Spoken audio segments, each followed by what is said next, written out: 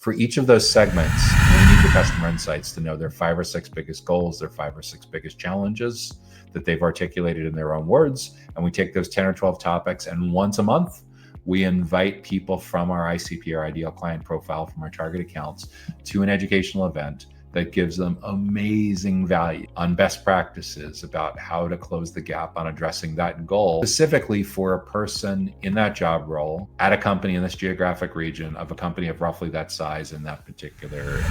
Welcome to Data Center Go-to-Market Sales and Marketing Q&A. I'm Joshua Feinberg from DCSMI, your host of our weekly live Q&A show, where each week I tackle a handful of the biggest sales and marketing challenges that we're hearing about from all over the data center ecosystem, from data center operators like colocation, hyperscale, edge, modular, wholesale data center providers, as well as the dozens of different kinds of data center technology and data center facilities related companies, plus all of those construction, real estate and investment related companies, and of course the vibrant outsourced sales and marketing ecosystem in and around data centers, critical facilities, and digital infrastructure. And the Data Center Go-to-Market Sales and Marketing Q&A show is for you if you work anywhere on the go-to-market team, including sales, such as an account executive or SDR or BDR, sales development rep or business development rep, or perhaps you work in some facet of marketing like field marketing, events marketing, social media, demand generation, product marketing. Perhaps you work in some facet of post-sales responsibilities, such as being an account manager or solutions engineer or client success, or perhaps some facet of product management or innovation or channel partnerships, or maybe you're the leader, the executive sponsor who is responsible for going out into the marketplace and recruiting the best and brightest to your team, getting the right people in the right seats on the bus, rowing the boat at the right speed, playing their musical instruments at just the right time, at the right tempo, and at the right volume to make this magical symphony of go-to-market growth happen in and around data centers, critical facilities, and digital infrastructure. If this is the first time you're joining us, welcome. We're thrilled to have you with us. If you've been with us before for Data Center Go-to-Market Sales and Marketing Q&A, welcome back to our frequent flyers. We're thrilled to have you with us as well. And we'd love if you could just take a moment right now, whatever platform you're watching on, and let us know what you do in the data center ecosystem. Just drop that into the comments section. So, what is on the agenda for this week's show? First, we're going to start by looking at how a colocation data center can build brand awareness. Big, popular, really popular part of the data center operator ecosystem. After that, we'll talk about how a data center software-defined infrastructure provider can compete with better funded VC-backed, venture-backed firms. After that, we'll turn our attention to how a data center telecommunications account executive, how a telecommunications AE can get meetings with the right person at the right time. That'll put us right on the 50-yard line, right at the halfway point. We'll take a real quick break for a message from our sponsor. And in the second half of this week's Data Center Go-to-Market Sales and Marketing Q&A show, we'll look at how a digital infrastructure provider can generate quality leads. Next, we'll get into how a data center energy efficiency consultancy can market and sell getting kilowatts, KWs, back and easier operations. And as we head down the home stretch on this week's show, our final topic that we'll be looking at this week is all about how to close colocation and data center sales faster, how to close sales faster for colocation and data center services. If you have an idea for a topic or a question or a challenge that you think we should address in an upcoming show, be sure to leave that in the comments on whatever platform that you're watching on, and we will add that to the consideration queue for an upcoming episode of Data Center Go-to-Market Sales and Marketing Q&A. And if you want to make sure that you get notified about upcoming shows, educational events, educational resources just like this, make sure that you're subscribed to our Data Center Sales and Marketing newsletter. that comes to your email inbox each Sunday. You can sign up. You can subscribe for free directly on our website at www.dcsmi.com. So without any further delay, let's jump right into this week's first topic, our first question, which is all about colocation data center brand awareness. So how do we build colocation data center brand awareness? That is a fantastic question. So to just set the groundwork, set the foundation here, colocation operators are one of the most popular kinds of business models among data center operators. Other kinds of data center operator business models include data center operators that focus primarily on selling much larger spaces for much larger financial commitments to usually much fewer, in some cases, just one single tenant. In other words, if you've ever heard the term multi-tenant, that usually refers to colocation, where single tenant usually refers to either a wholesale data center provider or a hyperscale data center operator. So colocation operators, first cousins of hyperscale data center operators, first cousins of edge data center providers. Edge data center provider is usually much smaller facilities. It doesn't have to be, but it usually is, where your clients, your tenants are paying a premium for a very specific, precise location as opposed to just being located within a particular region. And edge usually is extremely important for latency sensitive applications like smart cars, smart cities, autonomous cars, AI, a lot of IoT specific applications, a lot of financial applications. So a lot of applications where it's super important to be at a very specific location as opposed to just being in a particular city or town or particular region.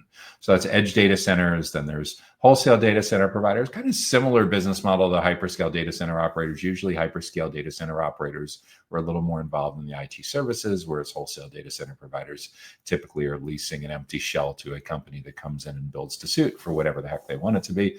And then the fifth category, it's kind of like a data center provider, hybrid data center operator, is modular data center providers, modular data center operators. These are data centers that can be put on wheels and shipped on trucks, on railroad cars, potentially on barges overseas to very specific locations on very short-term notice. They usually have big applications for events. They have big applications for disaster recovery. And what clients, what operators, what end users love about modular data centers is if you need a data center placed somewhere in a matter of days, you can make that happen with a modular data center. And if you decide in 3 months it doesn't need to be in that specific location anymore, you can make arrangements to move that modular data center to somewhere else. So those are the 5 different kinds of data center operator business models, of which colocation operators are a significant part of that. In addition to data center operators, there's also a few dozen different kinds of data center technology companies like cybersecurity, storage, networking, cabling, connectivity. There's also data center facilities related companies. Some of the more popular kinds of data center facilities related companies would be like power, cooling, energy, commissioning, decommissioning, physical security. So in addition to data center operators and data center technology companies and data center facilities companies, there's also data center construction, first cousins of data center real estate, first cousins of data center investment. So we place data center construction side by side in the same category as data center real estate and data center investment. And then in the fifth part of the data center ecosystem, there's all of the outsourced sales and marketing related companies that work and specialize in and around data centers, critical facilities, and digital infrastructure. These could include some of the most commonly thought of ones like marketing agencies, PR agencies, sales brokers. A lot of times people don't think of recruiters as part of outsourced sales and marketing, but we do for sure. You're certainly marketing and selling a company for employment opportunities.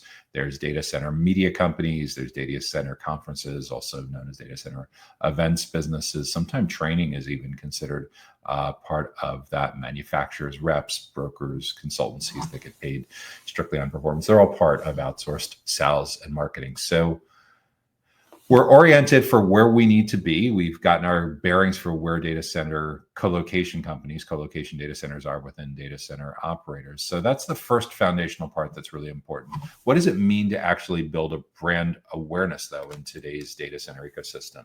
And this one's worth a little bit of making sure we're on the same page as well, because 10 years ago, if we were talking about building a data center related brand, you would have said, let me go get our creative director. And you'd be right, because for 10 years, 20 years, 30 years before this, for companies that operate in around mission critical real estate and IT services, typically a brand was something that was 100% within the control of your creative director.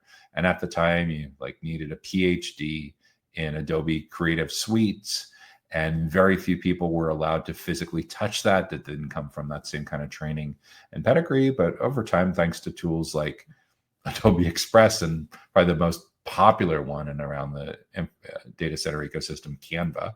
Canva has been a big force in democratizing design. There's a lot more people that are non-designers who are able to get professional looking designs using templates out the door relatively quickly, especially for relatively routine things where there's not enormous leverage riding on the line. Increasingly, what's super interesting is on the Data Center Go-to-Market podcast, I've interviewed a couple sales leaders in the past few months that come from Fortune 1000 enterprise data center power facilities related companies. And one of their favorite tools that their teams all use now is Canva.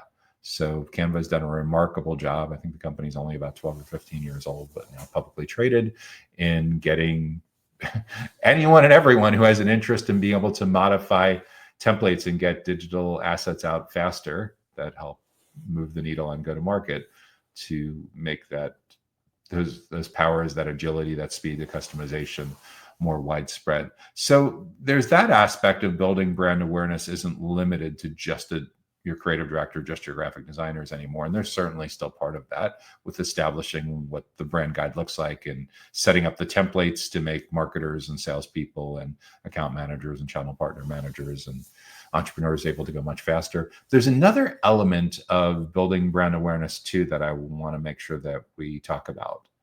Building your brand today is no longer just limited to aesthetics. It's no longer just about your hexadecimal colors, your standardized fonts, your logos. Your brand is so much more than that. Your brand is now what the marketplace says about you when you're not in the room. And given that we now predominantly have a self-guided buyer's journey in the data center ecosystem, meaning that most of your prospects and clients want to navigate most of their researching, comparing options, and decision making on their own without talking to someone from your team until they're almost ready to buy. In some cases, they're going through 100% of the buyer's journey on their own, and it's truly self-service.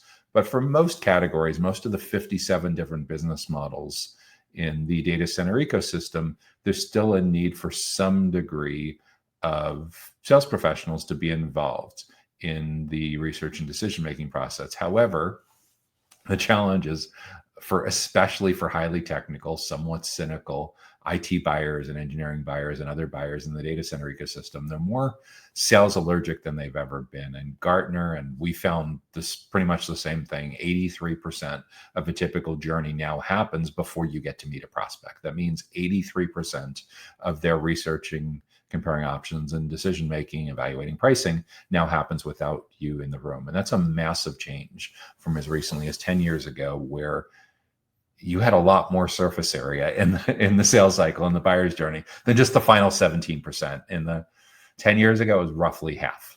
They would get to about 56% of a typical journey, and they'd be willing to spend the final 44% with folks like yourself, learning and figuring out what they wanted and defining needs and honing in on what the best solution looked like for their particular company. So given that so many traditional salespeople are now persona non grata, largely getting excluded from a lot of these really important conversations, how do we get you back in there? So it's not enough to just build brand awareness. We need to figure out a way to ensure that you stay relevant in a self-driven buyer's journey. Because by default, a lot of your prospects, a lot of your clients think that they can do this without you.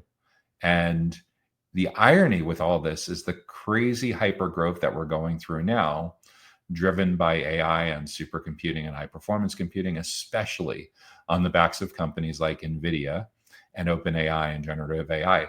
The world is getting so used to using tools like ChatGPT and Claude and Perplexity and Gemini and Copilot that these are largely replacing traditional search engine lookups that people used to do 5, 10, 15 years ago. So 10 years ago, it was very common that you'd meet a prospect or a client and they'd done a lot of research on your topic, on your segment, on your category by looking up that topic on Google, by watching some YouTube videos, by posing some questions to their peers on LinkedIn.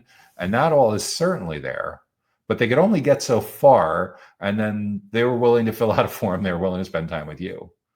Because of generative AI and the relationship that people have with their generative AI tools, it's actually considerably more intimate than it was when they were just asking, hey, Alexa, hey, Google, hey, Siri. Now with ChatGPT and Copilot and Gemini and Claude and Perplexity, a lot of the research in those generative AI tools is replacing what used to happen in mid-sales cycle, mid-journey, not to confuse you with the mid-journey tool, like those consideration stage, middle of the funnel kinds of conversations, as well as early stage conversations are happening in these tools. So we need to work extra hard to get you back in there. So it's not just a matter of building up your company's brand awareness as a co-location data center. It's building up your professional brand as an expert on anything and everything having to do with co-location data centers and digital infrastructure and the 5, 10, 20 dozens of adjacent topics or leading indicators that show that someone's going to be in market for needing co-location data center services in the coming weeks and in the coming months. And we know when it comes to co-location data center agreements, we know they tend to be pretty long-term. It's quite common to find data center operators and clients engaging in 24-month or 36-month agreements. So it's super important that we have this mindset of trying to figure out how we get you in early and how we get you in often. Because if we just get you in early once and a couple of weeks or a couple of months goes by, that's not good. It's leaving you really vulnerable to other competitive forces with someone that can prove to be more helpful, more insightful, more of a trusted advisor. And that's largely what this is about, is getting you out of the vendor box, getting you out of being perceived as just after a transaction or opening up a deal and carrying something through pipeline. No, we want instead for your prospects and clients to perceive that you're not an account executive so much anymore, or a sales development rep or an account manager or a marketer. No, you're an expert, a subject matter expert. You're a teacher, you're a consultant, you're a trusted advisor.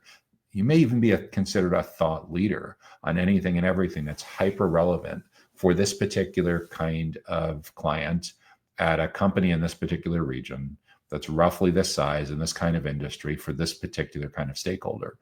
And it's really hard as a small co-location operator to boil the ocean and compete across the board, but it becomes a lot more doable when you, for example, as an account executive or an account executive that you hire has had a long career working with media and telecommunications companies, and they join your company, and after 3-6 months of onboarding, they start to learn their way around the co-location ecosystem. And now they actually have a lot of street cred with their peers in these media and telecommunications companies in a particular region of companies of roughly that size and specific kinds of job roles. So a lot of what we're doing here is we're trying to figure out a way to create a learning and development, a professional development environment so that your prospects and clients are highly motivated to want to spend time with your client-facing team members, because they don't see your client-facing team members as part of a vendor anymore.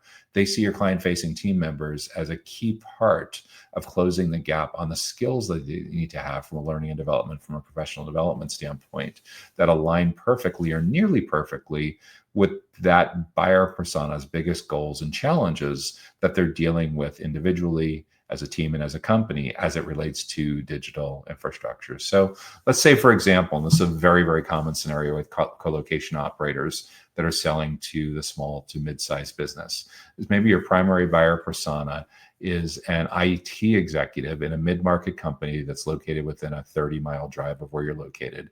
And they tend to be in a media company, a telecommunications company, manufacturing, or financial services. In addition to that primary buyer persona, you may also discover that you do really well with channel partners, and your secondary buyer persona may be the owner of a small to mid-sized managed service provider or a value-added reseller like an MSP or a VAR, an integrator or something like that. So once you figure that out, and again, obviously your results will vary depending on the nature of your business model, how big or small your company is, your target audience, your capabilities, a whole host of factors. But let's say, for example, your primary buyer persona is an IT executive of a mid-market company. Your secondary buyer persona is the owner, the CEO, the president, the founder, or equivalent of a small to mid-sized channel partner. So for each of those, they're each going to have different goals that they're working on at any given time and different challenges that they're struggling with. How do we know what these goals and challenges are? Because we're going to do our homework. We're going to go out and do customer insight research. Conversations face-to-face or over video would be the best way to approach this. If you can't do that, surveys would be the second best. Third best, if you don't have access to any of that, at the absolute minimum, take a representative stack of 10 or 12 people in that segment and study how they describe themselves on their LinkedIn profile, see what skills they're endorsed for, see what kind of content they share, what kind of groups they belong to, how they communicate with each other publicly when they're commenting on threads. Take the same kind of information, go run a search and see what else you can find out about that individual. If you're really fortunate, you'll find some multimedia content, like you'll find them interviewed on a podcast or speaking at a webinar or speaking at a conference. So you'll not only be able to get an idea about what they care about, but you'll actually be able to see body language and intonation. So the goal with all of this is, say we study 10 or 20 of these IT directors, what are their 5 or 6 goals that you hear most often that they're working on? And not just guessing about what these goals are, but what these goals are actually in their own words. And then conversely, and these are, again, goals that they could be working on individually. It's goals that their team is working on, that their company is working on, that directly relates to their job. And then the flip side of that is, in addition to their goals, and these also sometimes show up in job descriptions, they can show up in OKRs, objectives and key results, or the key performance indicators, the KPIs that they work on. So the flip side of the professional goals is the frustrations, the challenges, the stressors, the things that are driving them nuts. So what are the 5 or 6 biggest stressors that IT executive is dealing with that we discovered through doing this research? And we really need to get those goals and those challenges in their own words. That's incredibly important for coming up with, for website copywriting, for product marketing, email marketing, sales enablement, events, ads, pretty much everything where you're trying to nail relevance. So we do that customer insight research for our primary persona. We do that for our secondary buyer persona, the MSP owner. And then for each of those, we make sure that we have a great website page for each of those on our site. We have a great, highly relevant lead generation offer that's providing so much promised value that it's a no-brainer that they'll trade a little bit of their information for what's on the other side of the landing page. But most importantly, we want to get in there often. And the best way to get in there often is, in addition to traditional email marketing and email newsletters, we need an events program. And the best kind of events program for a colocation operator is one in which that persona, that IT executive, that MSP owner, ideally separately, if you have enough bandwidth to be able to run 2 different funnels, 2 different pipelines, whatever you want to call it, like this, 2 different programs, is so they're visiting your facility to learn with you, grow with you. And as part of that, you can attach a tour to that. So here's how that might go for IT executives that are within a 30 or 60 minute drive of where you're located, MSP owners that are within a 30 or 60 minute drive of where you're located. Let's say you're like most co-location operators in your facility. You have a nice little classroom or conference room that can comfortably seat, I don't know, at least 10, 15, 20 people. Your goal 12 times a year, once a month, should be to fill up that conference room for a 60 to 90 minute breakfast seminar, for a 60 or 90 minute lunch and learn for each of those groups separately. So let's say the first week of the month, you invite your primary buyer persona, you invite the IT executives. The third week of the month, you invite your MSP owners. And here's how it goes. Let's say it's a breakfast seminar that starts at 9 o'clock in the morning. From 8:30 to 9, you have nice continental breakfast and a little bit of networking time. From 9 to 9:40, you have your formal program where you're teaching them some incredibly valuable best practices and topics for who they are and what someone like that in that particular job role in that particular company has is top of mind for them. You know that because you did your persona research. You can make it incredibly interactive. It's a relatively small group. Open it up for Q&A, and for anyone that's interested afterwards, you take them on a tour around your facility. Lather, rinse, repeat. As long as you are providing a lot of value, as long as you're educating and building trust, as long as there's good chemistry, this can be fantastic for building and nurturing pipeline. Even better, it's a great way to start meeting other stakeholders from that same company, where you start to meet other people from that decision committee. Because when they register, you say, gee, it's great to see that you registered for our upcoming breakfast seminar on cybersecurity best practices for IT executives and mid-market manufacturing and media companies. But we know when it comes to cybersecurity, it truly takes a village. There's typically people involved from network operations, from help desk, from engineering, what have you. So with that in mind, who else from your team, who else from your company would benefit from attending? Simply hit the forward button, add a thought or two on why this matters, and we know the teams that learn together grow together. And the simple little email marketing that you've been able to do for 20 years, you'd be surprised, one, how many companies are not doing that, and two, how crazy effective it can be to get 2, 3, 4 people from the same company registering and attending. Again, these are free events. You're never going to get 100% attendance rate. But the idea here is that by having 2, 3, 4 people from the same company attending an in-person event together, they're learning together. You're proactively driving alignment. And if you provide a lot of value when you invite them to next month's event and next month's event, you'll not only get a lot of the same repeat people, which builds the know, like, and trust even faster, but you'll start to see that they bring more people from their team with them. So much to the point where it wouldn't surprise me if by month 3 or 4, half of the room is filled with 5 or 6 people from the same company, to the point where one of them takes you aside and says, like, this is a third of our team. Why don't you just come into our event? We're having an all hands next Friday and present this topic so everyone sees this. Like, fantastic, great idea. So that's playbook number 1. Playbook number 2, that's for people that are local, that can drive to your facility within 30 or 60 minutes. And don't get faked out. I know the data center industry has done a fantastic job with convincing you that you need to be at events with hundreds of people or thousands of people to have productive conversations for lead gen and opportunity generation, everything like that. And it can work, with emphasis on can, if there's really good alignment between your ideal client profile and their demographics. But a lot of times there's not. So if you take your ideal client profile on the right-hand side of your screen and you take their media kit on the left-hand side of the screen, I want you to see what you think the match rate is going to be based on last year's demographics and this year. If it's not an especially high match rate, you may have what we call like a needle in a haystack kind of problem. You have the opposite scenario when you're hosting your own events. And obviously, it's way less expensive to host an event in your own facility where you don't have travel, your team doesn't travel, you're not paying a small fortune for the booth and all the stuff that goes in the booth and everything. So because of that, you can do a lot more of these, 12, 24 of these over the course of the year. You know, it's not like it costs you to rent your own conference room. What are you talking about? Bringing in some bagels and pastries or some pizza and deli if it's a lunch event or something like that?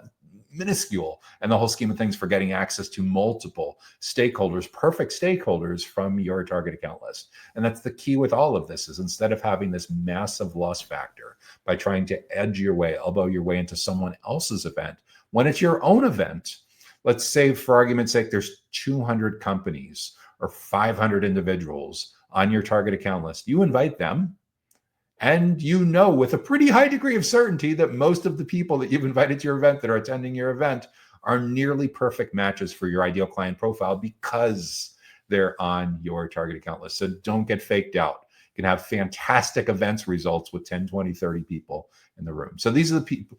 We're talking about people that can attend locally. Always record these events. You may, for people that are uncomfortable asking specific questions, you can tell them you'll edit that kind of stuff out. But what you'll tend to find, it's very rare to get 100% attendance rate. But what is very common is that multiple people that are in the room have coworkers, bosses, colleagues who should have been there but weren't. And they'll say, can I get a copy of your slides? Even better, I can send you the slides and I can send you the recording. And the recordings are fantastic as well for repurposing a dozen different ways from your YouTube channel, gated content, chopping them up in pieces, doing shorts, doing carousels, blog posts, email newsletters, the whole 9 yards.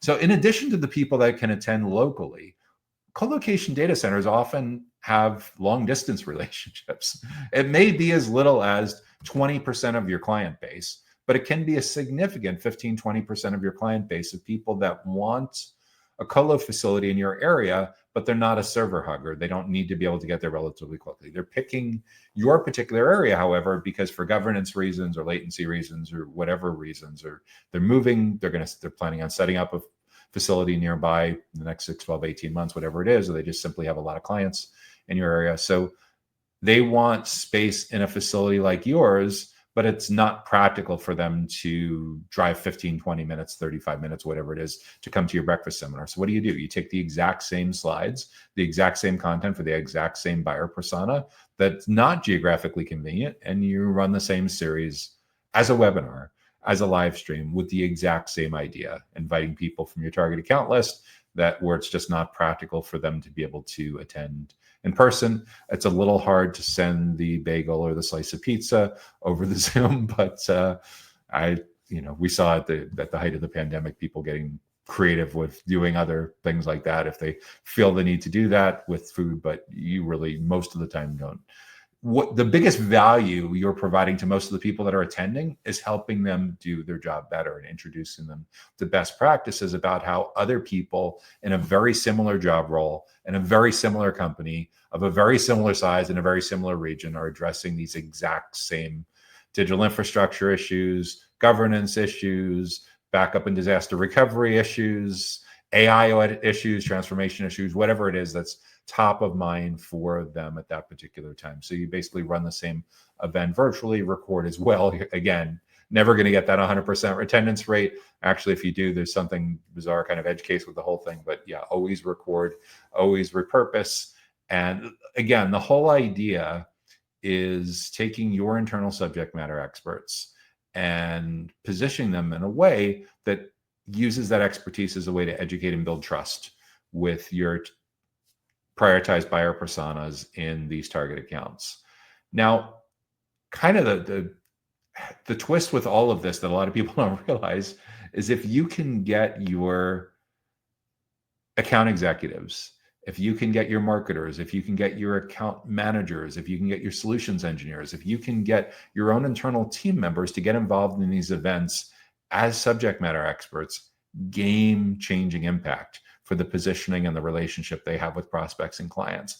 Because instead of your team members chasing your prospects and begging for time on their calendar, it's a completely flipped context because they see your team members as subject matter experts now and trusted advisors and consultants and teachers, and perhaps some of them are thought leaders. Now, what about some of the more junior members on your team that may not have a lot of expertise to offer, at least for now, for the next couple of years? There's a place for them as well to be actively involved in these meetings. They are the introducers. They're the people checking people in at the door. They are the moderators. The interesting part is you can also invite outside subject matter experts. They don't have to be full-time employees of your company. They could be contractors that you work with. They could be your channel partners. They could be your vendors that you work with that have subject matter experts. You're just bringing this together. This is the conference model. So in a perfect ideal scenario, I'd probably recommend that 50, 75% of the people that are speaking at your events over the course of the year are full-time members of your team. But there's no reason on earth why you can't invite some of your clients to speak or be on panels or interview them live, whatever provides a lot of value, like a panel, to your attendees that are there. So get creative about how you close this gap on putting together this amazing series of small, intimate, highly personal events to help move the needle. So when it comes to building brand awareness, this is by far and away my favorite playbook for co-location data centers. In a lot of ways, co-location data centers are getting squeezed in the same way that web hosting companies got squeezed badly 10 years ago. In other words, this differentiation that you're doing is no longer a nice to have. This is survival. This is incredibly important if you want to get out of the vendor box and stay out of the vendor box, because we're already seeing on low-end co-location, some of the big to mid-size operators are starting to basically get rid of salespeople on the low-end commoditized products and make those products available as self-sign up and self-onboarding on their websites, being sold kind of like e-commerce style. We've even seen some of the huge data center operators do this in categories like bare metal. Basically, what they're looking at is the unit economics of an average sale that this particular team was bringing in. And if they're not terribly impressed by the size of the deal relative to cost of acquisition, in most cases, they're looking at, it's a little bit of work to set this up for self sign up and self onboarding, a little bit of a financial investment, but that's what a lot of buyers want. So we're trying to make sure that we pave a way for your future where you're not just seen as a glorified order taker anymore, because the website can do that better. You're not just seen as someone that answers questions that can be answered in an FAQ or an explainer video or by the real looming threat here. What we're talking about is the generative AI tools, where people are having conversations with ChatGPT and Gemini and Claude and Perplexity and Copilot instead of having conversations with you. And that's not good. So we need to figure out a way to get you back into the room. The best way to get you back into the room is to reposition yourself, give yourself a makeover so you're not seen by your traditional job title anymore, but your prospects and clients truly see you as a consultant, a teacher, a trusted advisor about anything and everything that's relevant to their biggest goals and challenges, which is, again, why we see so many colocation operators starting to specialize by industry. They've been, for a while, been specializing by account size, splitting up between SMB, small, medium-sized business, mid-market, and enterprise. Now, in addition to that split, we're also seeing splits at the vertical level, at the industry level. So in the example that we started with earlier, so if you spent your career the past 10, 15 years working in media and telecommunications, and you come work for a colocation operator, all of a sudden you have a fantastic list of contacts, dozens, hundreds, maybe thousands of people that you've met over the years, enormous institutional knowledge, and a lot of the prospects and clients that you meet with on a regular basis see you as a peer as opposed to a vendor. So they let their guard down and you have a better opportunity to educate and build trust and add value. So for a colocation data center that is looking to build brand awareness in today's hyper-competitive, always on, moving incredibly fast marketplace, that's the basic playbook for how to build a colocation data center brand awareness play in today's marketplace. So what do we have up next? What is our next question? By the way, if you're getting good value from what we've covered so far, make sure to hit the like button on whatever platform that you're watching. And if you have an idea for a topic or a question or a challenge that you'd like to see addressed in an upcoming show, be sure to leave that in the comments as well. Next up, how does a data center software-defined infrastructure provider compete with better funded VC-backed, venture-backed firms? How does a data center software-defined infrastructure provider compete with better funded venture-backed firms? So what's interesting, there's like a little bit of an emperor's new clothes thing going on here. Is a lot of small startup-y, small companies in this space, in this category, software-defined infrastructure provider, the ones that would probably be most intimidated by better funded VC-backed firms would probably be on the smaller side. They're companies with a few dozen employees, maybe 50, 100, 200 employees at the absolute most, where there's a grass is greener mentality. But the grass is not always greener. And for anyone that's ever worked for a VC-backed, a venture-backed firm, especially a company that is at the relatively early stages like Series A or Series B, it's very difficult for the leadership of the company to focus 100% of their efforts on being client-centric or partner-centric, because the reality is, especially at the early stages of the company, there's usually new board members who have joined who are insistent on putting their fingerprints all over the company and installing their own experts, regardless of whether those experts are contextually relevant to this company stage and the problems that they're navigating.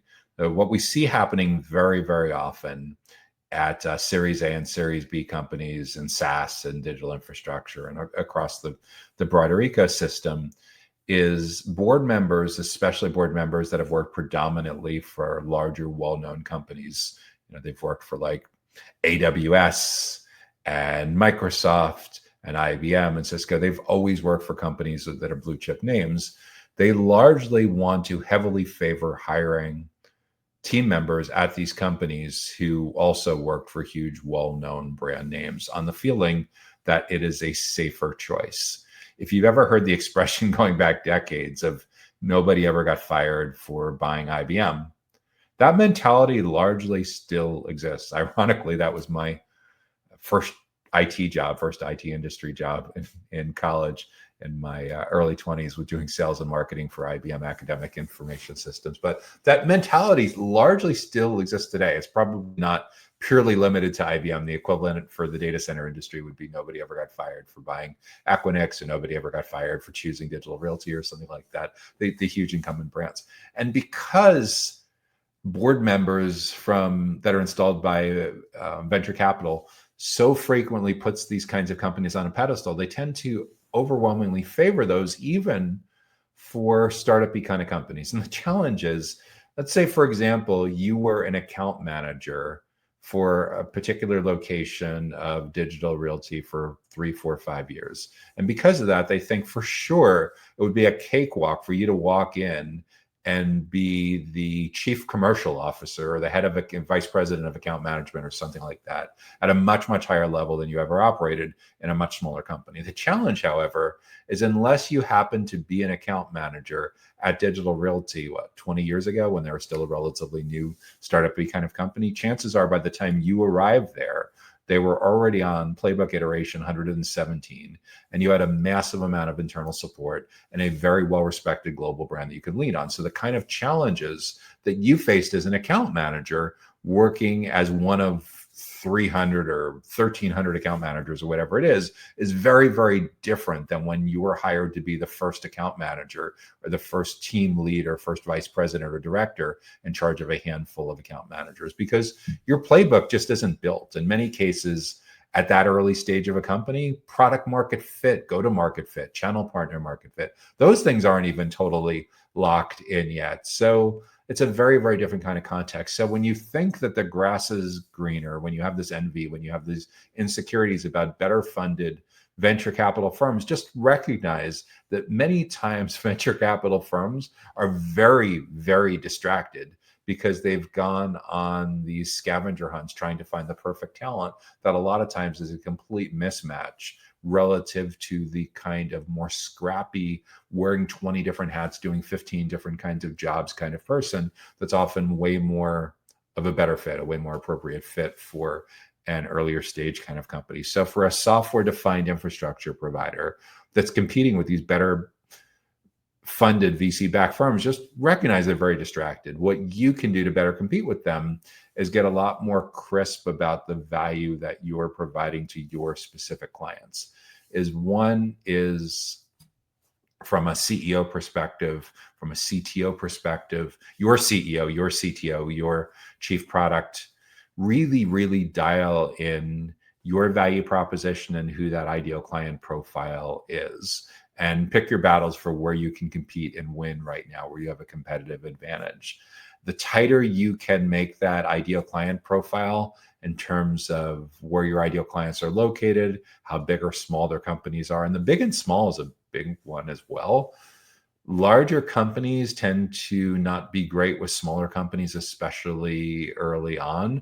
If you're in a position where as a smaller company, you can provide crazy levels of service to your smaller clients and make them feel really special, a lot of times that can be a really big competitive advantage. It's not always possible to do this at a scalable level, and you need to think through what your minimums are, and that aligns with like the bottom end of the range of the employee headcount and your ideal client profile. You also should get realistic too on the upper end of the range, the top end of the range of employee headcount in your ideal client profile. Like when a client gets to a certain size, at which point are their software-defined infrastructure needs so complicated that we just can't deliver on that today? By being very self-aware on both the bottom end of that range and the top end of the range, you can have an enormous competitive advantage over a VC-backed competitor who is probably in a growth at all cost mode and is throwing ideas of unit economics completely out the window. And again, it depends on how capital efficient they're being forced to be at any given time, and there'll be for sure ebbs and flows depending on the availability of capital, depending on the business model category they're in. But just to understand, there's always opportunities to outcompete VC-backed competitors by getting tighter on that ideal client profile, by getting tighter on what you provide for them, and most of all, getting closer to those folks. Spending more time visiting them in person, doing more frequent check-ins, making sure that you're really understand the difference between the decision makers and the users and the different stakeholders' perspectives, being really, really on top of the live chats and support tickets and any bug issues or open issues that come up in onboarding sessions and various check-in sessions like your account managers do. And I would argue that there's even a big opportunity relative to the VC-backed firms to start driving alignment and showing value even before they become paying clients. So this is the argument for going all in on education and trust building, not just in the late stages of the journey, but in the very early stages of the journey as well. If you've been following me for a while, you know I'm a huge fan of educational webinars and educational events. If you're able to put together something like Software Defined Infrastructure University or something like that, or Academy, where you can provide this fantastic curriculum for your 2 or 3 most important kinds of stakeholders with very well structured units and examples and methodologies and best practices.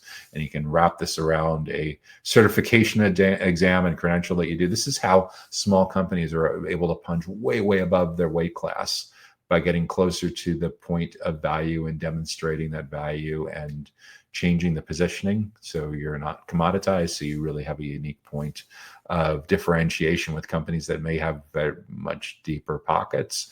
The reality is it's also very common in much the same way that VCs tend to overweight, tend to overemphasize the logo hire. You know how you love putting logos on your website because it's social proof? Well, a lot of board members love the logo hire. They love to have someone with that brand name credential in their last job, even if it's a complete mismatch. Another blind spot that a lot of VCs have is they love to see their portfolio companies go to a conference and buy a ridiculously large booth on that expo floor and make an enormous splash. The challenge with that is there's so many times where a relatively early stage company doesn't have perfect clarity into their product market fit and go-to-market fit. And that's really important for having a really crisp ideal client profile. And your trade show investments are either set up for success or set up for the opposite success, depending on how well matched that conference's demographics are to your ideal client profile.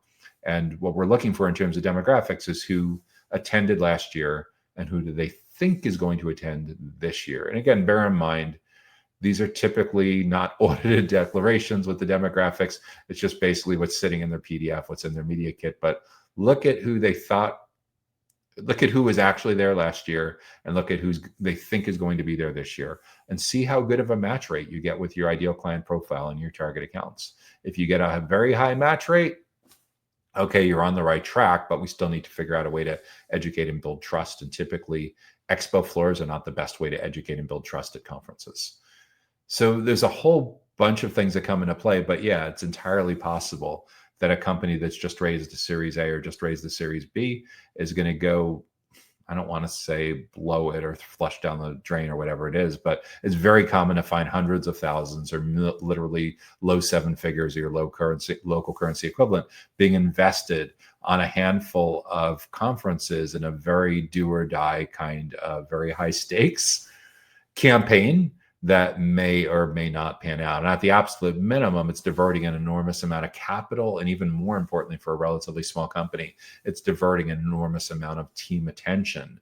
Because when a company is investing 50,000, 100,000, 300,000 in a conference, whatever it is, you can be sure that the headcount is going along with there as well. So at the minimum, there's one or more team members who are working on that nearly full time for several weeks. There's multiple team members who for a couple of days before are doing the prep for that conference. And then there's the exhausting 14, 16, 18-hour days at the conference. And there's the couple days when you come back from the conference on getting caught up and dealing with all that. So these are multi-week commitments for several team members.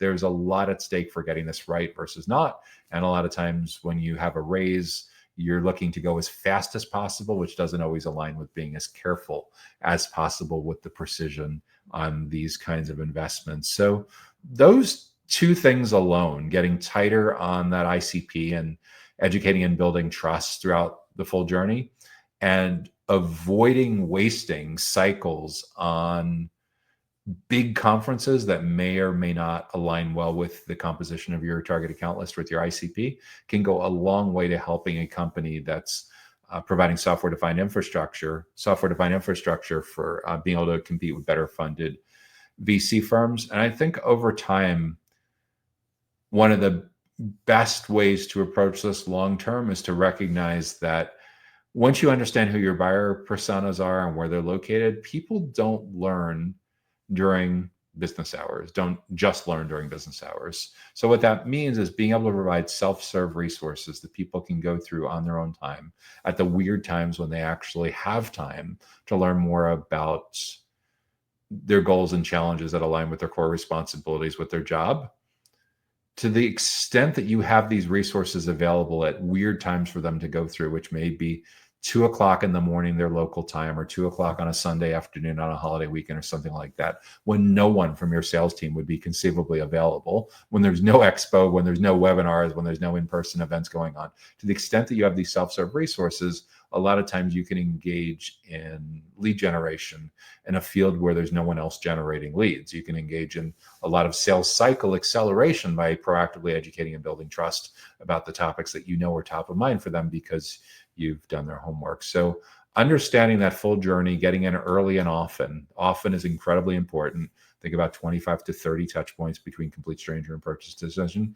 I think there's many, many opportunities like that in those 2 or 3 different kinds of strategies, those 2 or 3 different kind of plays for a company that's selling software-defined infrastructure to really outsmart, to outgun that better funded VC-backed firm. So get really clear on who they are, what's going on in their world, knowing who that first and second most important persona is, and just completely obsessing about how you can add value for that person's professional development and learning development. So they're highly motivated to want to spend a lot of time with you, learning and growing with you, and highly motivated to want to bring their colleagues, their team members along with them as they attend your in-person events, as they attend their webinars. So you're proactively driving alignment throughout the full journey, not just scrambling at the end. So those are the 2 or 3 things that I'd be thinking about for a data center software-defined infrastructure provider that wants to compete with better funded venture-backed firms.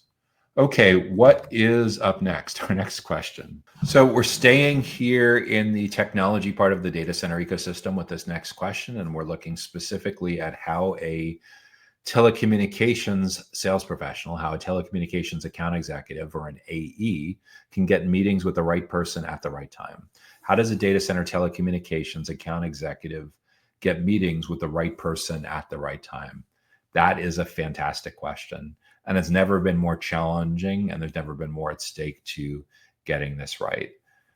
So the challenge with data center telecommunications is, for starters, we need to dial in where your precise area of expertise is. Because when I speak with go-to-market professionals from telecommunications companies, I see some spread pretty thin. What do I mean by spread pretty thin? In that, because they tend to be a smaller company, or this happened through acquisitions, either they individually or their team is simultaneously working on voice deals and data deals. And it's such a different context. It's such a different business model. It's such a different set of stakeholders that I think there's enormous value first in laying the groundwork for here and saying that if you're working in telecommunications specifically for data centers, nearly all of what you're going to spend your time on is on the data side, as opposed to UC and voice and VoIP and SIP and other things that are unique and specific to or at least typically thought of in terms of voice as opposed to data. So getting really dialed into the data side of data center telecommunications. So the account executive that wants to get meetings with the right person at the right time, I think what's really important is you don't get to decide what the right time is, the buyer does. And in order for us to be the one that they are willing and able and want to talk to when they hit that point where they're ready for a sales conversation, by definition, the only way to get the timing right is to be in there early and often. And the often is where most people typically drop the ball. In other words, the challenge with all of this is in a self-driven buyer's journey, just recognize that most of your buyers for data center telecommunications want to spend as little time as possible with a salesperson. If it was possible to spend zero time with a salesperson, they would probably do it. But recognizing that data centers, IXs, meet me rooms, carrier neutrality, this is still pretty complicated stuff. They benefit from having access to an expert advisor. And that's the challenge with all of this, is we need to think of how we can position you as the account executive as less of an account executive and more as a trusted consultant, as a subject matter expert, as a trusted advisor, maybe even a thought leader. So when it comes to anything and everything about how this particular individual needs to address their biggest goals with data center telecommunications and address their biggest nagging challenges, we have to be the magic resource that is able to provide enormous clarity to cut through the confusion. And recognize that your competition for being able to get to those great conversations with the right person at the right time is not just limited to people that do what you do at other companies. It's not just limited to other account executives at other companies. You are competing for attention against marketplaces like ConnectBase. Ben Edmonds' company would be a fantastic example of that in and around telecommunications. You're also competing with the very generative AI tools that have sent this industry into massive overdrive over the last couple of years. What does that mean? Well, 10 years ago, your future clients, your prospects would be willing to meet with you for like the second half of their journey, through the second half of the research and decision-making process. 10 years ago, there was widely cited research from CEB, the corporate executive board that's now owned by Gartner, that found that 56% of the typical journey was over before sales contact. So when you did things right, you were still in there for the final 44%. Not ideal, but not too bad. You could still work with that. 10 years of digital transformation, all of the so many more baby boomers retiring over the last 10 years, more Gen Z and millennials in decision-making roles, and tens of millions of people working from home at the start of the 2020s and continuing to have these hybrid arrangements. We're now in a place where that 56% number has jumped all the way to 83%. Gartner, 83% of a typical journey, researching, comparing options, and evaluating pricing now happens before vendor contact, now happens before you get to meet a prospect as an account executive. And wow. So, I mean, even if we do everything right, we're only in there for the final 17%. Yep, we're only in there for the final 17%. So in that world, we can't afford to sit back anymore and be reactive. We need to be proactive. And unfortunately, because they're more sales allergic than ever, just trying to do cold outreach to try to get a meeting on their calendar, to try to understand their needs and analyzing their needs is not going to cut it anymore. Because when it comes to those basic questions, they don't need to talk to you anymore. They're much happier talking to ChatGPT and Claude and Perplexity and Gemini and Copilot. They're not getting put through a prospecting process. They're not getting put through a qualification process. They don't have to wait. They can get instant gratification. So in other words, if you thought 10 years ago that self-serve answers coming from Google and coming from you watching YouTube videos and asking questions on LinkedIn was tough to compete with, we're completely next level, because they're still doing a lot of that. Actually, a lot of the traditional Google searchers are going to the generative AI tools. But just recognize the LLMs, the large language models, are so ridiculously powerful of being able to answer all of these questions that typically account executives were the last line of, hey, I'll hold back that information. So the prospect has to talk to me to get that kind of information. So yeah, it's tough competition. The way we get you back in is they need to see you more as the consultant, the teacher, the trusted advisor.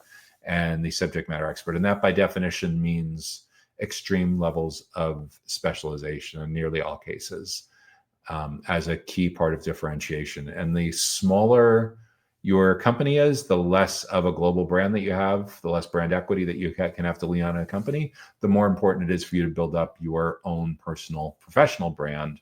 So it's so obvious to your prospects and clients that you're adding ridiculous amounts of value that they're not going to be able to figure out on their own. So that's the early part of intercepting those prospects in the early and the middle part of their journey.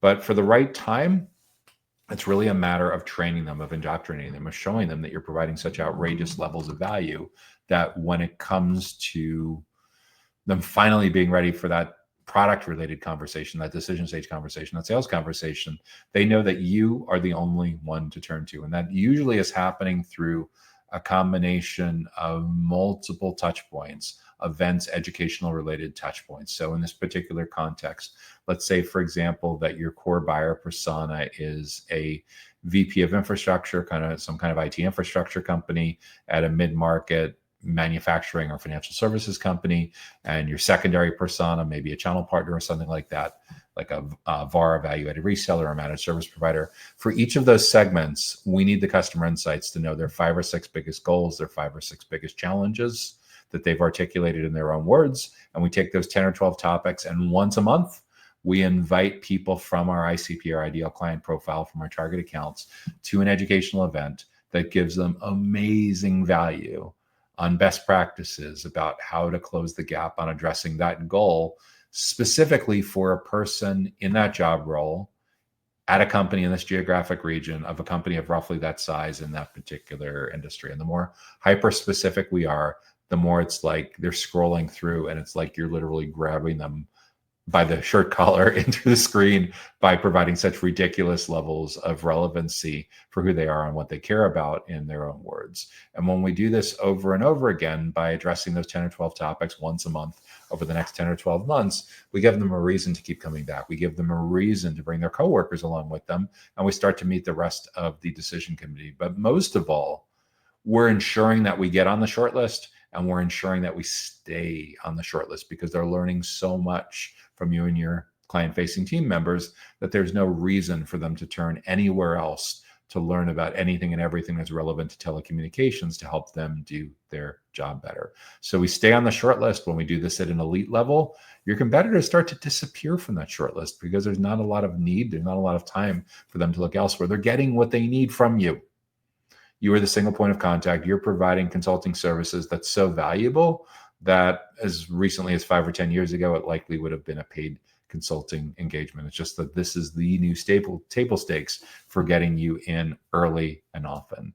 And the often is so incredibly important. It's nearly impossible to get the timing right. Everyone's like, well, can I get access to intent data? Can I get access to trigger events? Can I get access to? You can. However, at the end of the day, know, like, and trust still has to happen. You still have to be able to educate and build trust. And unless you have the luxury of working for a Fortune 1000 brand, your professional brand, your ability to do this at scale with multiple people from this company is going to largely predict how well you're going to do as an account executive in getting meetings with the right person at the right time. Because when you have that proximity and when you keep getting in front of them in a way that it's not about getting them on your deals board, but instead helping them do their job better, that's what makes them want to reach out to you.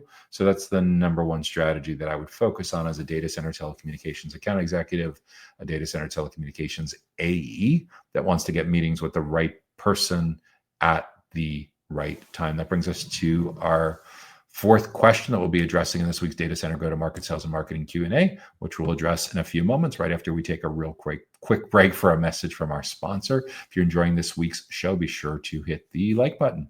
The Data Center Go-to-Market podcast is sponsored by DCSMI, elevating the role of sales, marketing, and go-to-market GTM professionals in the growth of the data center industry. To stay informed about upcoming episodes, make sure that you subscribe to the Data Center Sales and Marketing newsletter on the DCSMI website that can be found at www.dcsmi.com. Again, that URL is www.dcsmi.com.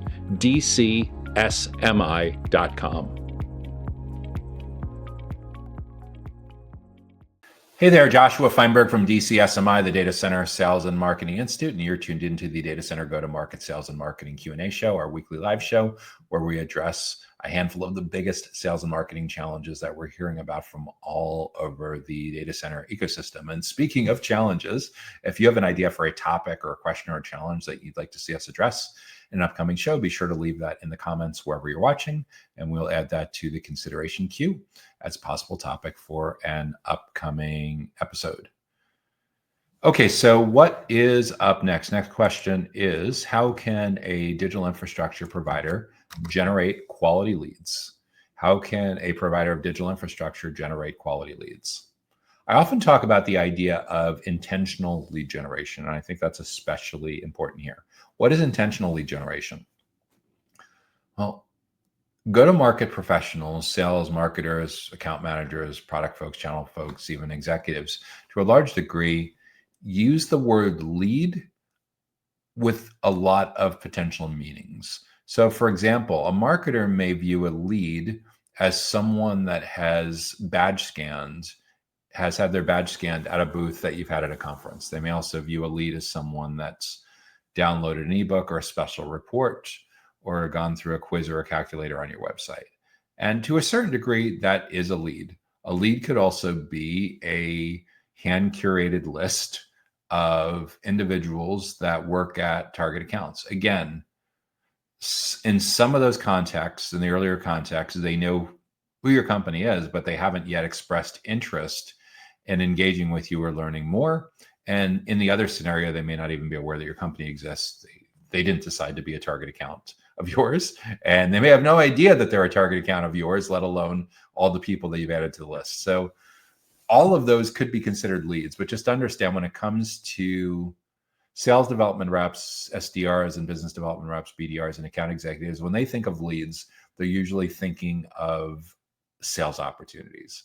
A sales opportunity is typically someone that has really good fit for your lead qualification criteria against your ideal client profile, your ICP. And in addition to meeting that basic criteria, they're showing some degree of interest in learning more about what it is that your company does. So we often talk about, like, whether you're thinking about Venn diagrams or an X and Y axis, we have two different ideas going on here. We have the idea that a lead could be a fit for who, and we're not talking about fit like taking a temper tantrum. We're talking about a fit like a match. They're a really good match for who you think your ideal client is based on where they're located, how big or small their company is, the industry that they're located in, and potentially this person is even a match at the contact level, at the individual level, as opposed to at the company level. So they're a fit based on all of that. However, until they've shown signs of being later on in the journey, all we really know is what we actually know. Like, for example, that they signed up to download a special report, or they visited a booth at a conference, or you picked them up on a lead and scrape kind of thing because they happen to work at a target account. All we know is what we actually know. And at that stage, they're nearly all cases, none of those folks are what we consider a sales opportunity. A sales opportunity usually means, if you've ever heard the idea of a hand raiser, that's a very obvious sales opportunity in most cases if there's a match at the ICP, at the ideal client profile, the account level. A hand raiser is someone that has filled out a form on your website that says, I want to talk to sales. And in some cases, it may be dressed up a little better. Hopefully it's dressed up a little better. Like, I want to schedule a tour. I want to book a demo. I want to learn more. That's a hand raiser. The in-between part of that is having a known contact that's taken an action that's signaling that they're showing signs of high intent, even if they haven't explicitly filled out a form that says, I want to talk to someone. This could be a known contact visiting a high intent page on your website, like a pricing page or a case studies page. This could be matching up a known contact with third-party intent data that's going to be increasingly hard to come by because of all the privacy protections that are coming into play. But either way, It's, we know they're showing signs of being interested in your category as opposed to being interested in just the topic or the reason that that original lead was generated. So we first need to dispel the idea that we first need to drive some alignment across different members of your go-to-market team, because recognize that sales professionals think of leads as being a lot more fully baked than marketers do in many cases. So it's super important to make sure that you're aligned about the terminology that you use in your CRM and your customer relationship management system, and think about when you're going to hand off leads from marketing to sales, when they're going to get handed back or stay with sales, when they get nurtured. And it's usually a combination of 4 quadrants of looking at like a combination of fit and interest, where if they're a perfect fit and they're showing high interest, they go to sales immediately. If they're a terrible fit and they're showing low interest, they get basically free resources. If they're a great fit, but they're not showing any interest yet, they go in priority to get nurtured. Perfect nurturing would be using email marketing and event marketing to try to accelerate those leads. And then there's some cases too where you have a company that's a terrible fit, but they're showing high interest. And the conventional wisdom with that is, if you think you can help them, you don't really invest in the sales process, but you go kind of in order taker, self-serve kind of mode, or next closest thing to self-serve mode. So there's really 4 possibilities on how to address the quality leads, but quality is very subjective until you actually get what the definition of what quality is down on paper. And it could be as simple as a Google Doc that just basically says, this is their ideal client profile.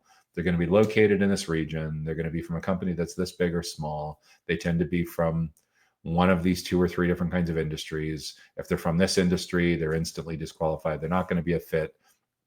From there, you can build a target account list. And from there, you can find individuals in those companies that align with who you've found historically to be the perfect kind of contact person in that kind of account, who the primary and secondary and perhaps even the tertiary person is on that account, who has the biggest economic impact on that account, both pre and post purchase.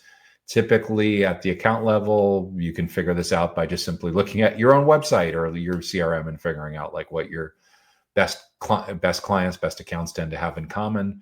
For the individual stakeholders, the prioritized buyer personas in those accounts, usually you'll be digging around in your CRM, talking to your account executives, your account managers, your sales development reps, and trying to figure out like, okay, what is the job function? What's the job role? What are the responsibilities of the person that's usually the most influential on this kind of engagement? Who's the second most important? And what do we know about that person?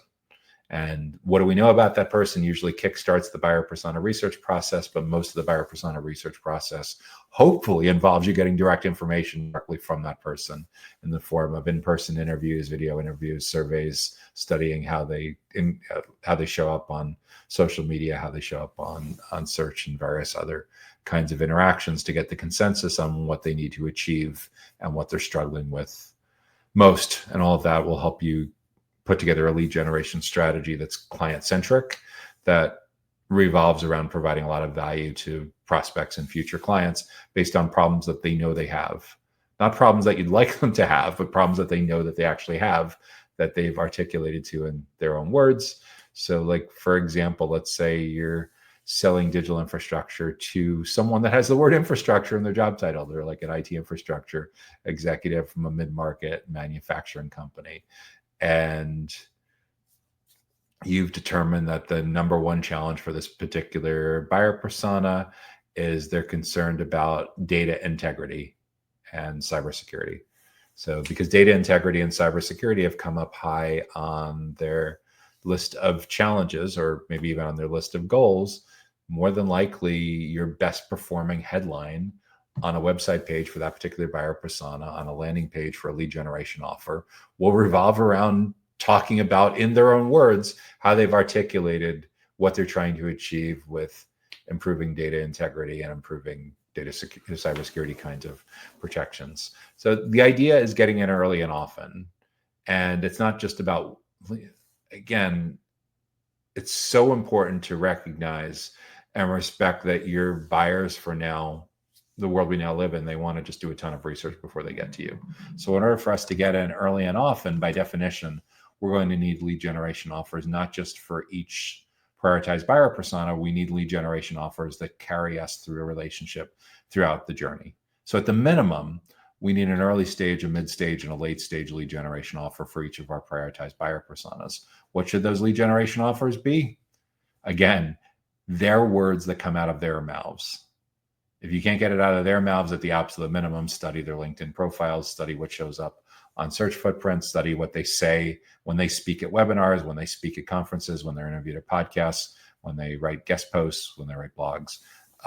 All of that, when they're quoted in news releases, all of that should give you some insight as to how they self-describe their biggest goals and their biggest challenges. So that's a big part of your lead generation strategy, is having a way to get in early and often. I'm also extremely partial for using an educational event strategy for lead generation and sales cycle acceleration, where you're providing your most important buyer personas a significant reason to want to spend a lot of time with you in a learning and development and professional development kind of context, for helping to close the gaps on addressing their biggest goals, addressing their biggest challenge, solving some of their biggest challenges, and early and often. The often part, how this comes into play in practice, is, let's say you have 10 or 12 goals and challenges that you discover. There's 10 or 12 months in the year. Once a month, part 1, part 2, part 3, address one of these goals and challenges at a time, a very client-centric way of educating and building trust, whether it's in person and like a breakfast, seminar, lunch and learn kind of format, symposium kind of format.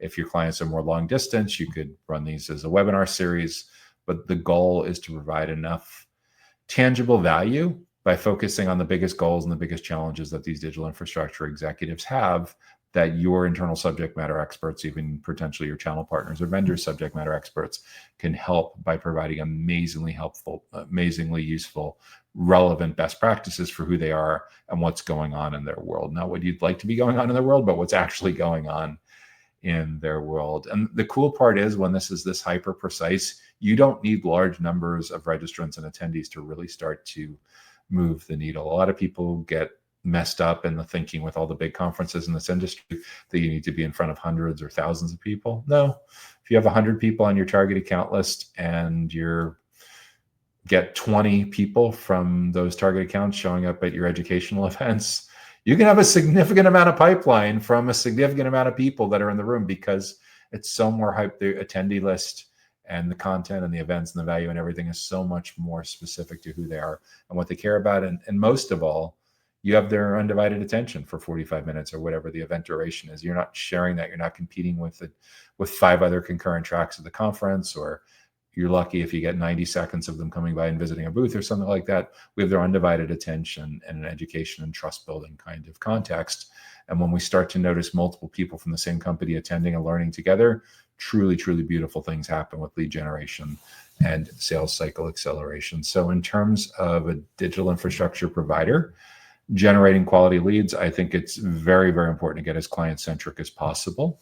So you're providing value, touch points, premium content, educational events, coupled together with that lead generation opportunity. Remember, none of your prospects and clients wake up in the morning and say, gee, it would be a great thing if I could become a lead today for a digital infrastructure provider. It would be great if I got 50 cold calls today. 500 spam messages in my inbox. Those would all be amazingly awesome. No, they wake up knowing that there's something that they have to figure out to help them do their job better. They know that there is an objective and key result that they need to chip away at. They know that there's something that's driving them nuts, that's causing their team a lot of stress and compromising the ability to unplug on vacations. And they know all of these things that are going on in their head. Your goal is to get inside of their head and figure out what these are and be able to proactively show that you have educational events content that can help them address these specific goals. And the better job you do with this, the more likely it is that they want to spend time with you, learning from your experts about how they can better do their job and address some of these big goals and challenges. And when you do this right, they tend to bring their coworkers along with them. So you start to meet multiple members from the decision committee, and they start to bring progressively more and more people to the point where they're like, hey, there's 5 of us from our team here. Why don't you just come in? We're having an all hands next Friday. Why don't you just come in and present to the whole company, present to our whole department? And like, well, it would be awesome. So This is how to generate high quality leads. Get out of that vendor box. Don't allow yourself to be limited by your clients and prospects thinking of you by your traditional like job title, but instead put a lot of thought and effort into how you can look a lot more like a teacher, a consultant, a subject matter expert, a trusted advisor, maybe even a thought leader when it comes to anything and everything that's relevant to helping do their job better. That's a leading indicator that they're going to need help with digital infrastructure in the coming weeks and in the coming months. This is a long game.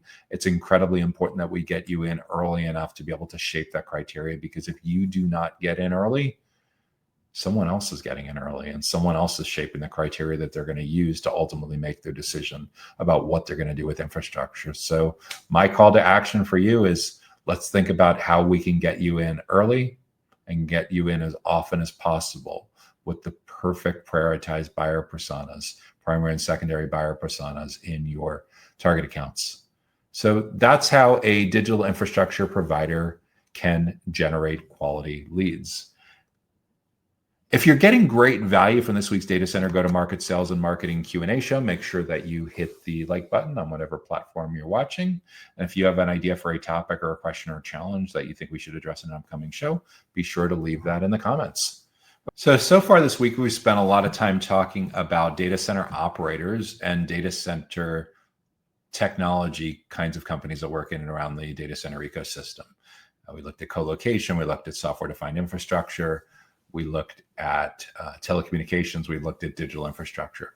Next question takes us to another part of the data center ecosystem. We're going to enter the facilities part of the data center ecosystem, specifically the energy segment within data center facilities.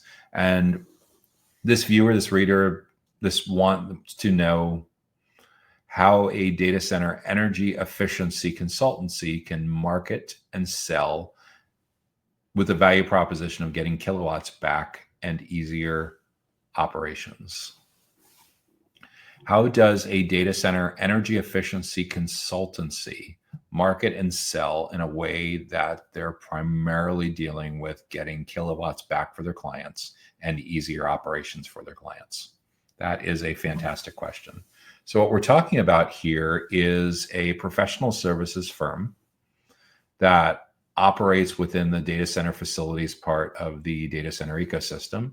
So by definition, most of their ideal clients, most of their target buyer personas are going to be in one or two kinds of business models. They're either going to be data center operators, like most commonly colocation or hyperscale providers, but there could also be edge modular and wholesale data center clients.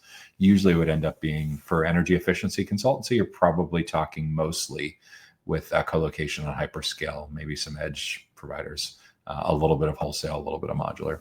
And in addition to the data center operators, you likely have a whole bunch of clients that are enterprises that have their own data centers, that own and operate their own data centers. So if there's two broad categories, data center operators and enterprises that have their own data centers, we have a pretty good idea of how we're going to define our ideal client profile. Energy efficiency, by definition, is relatively difficult to do long distance. You're almost certainly going to need some site visits.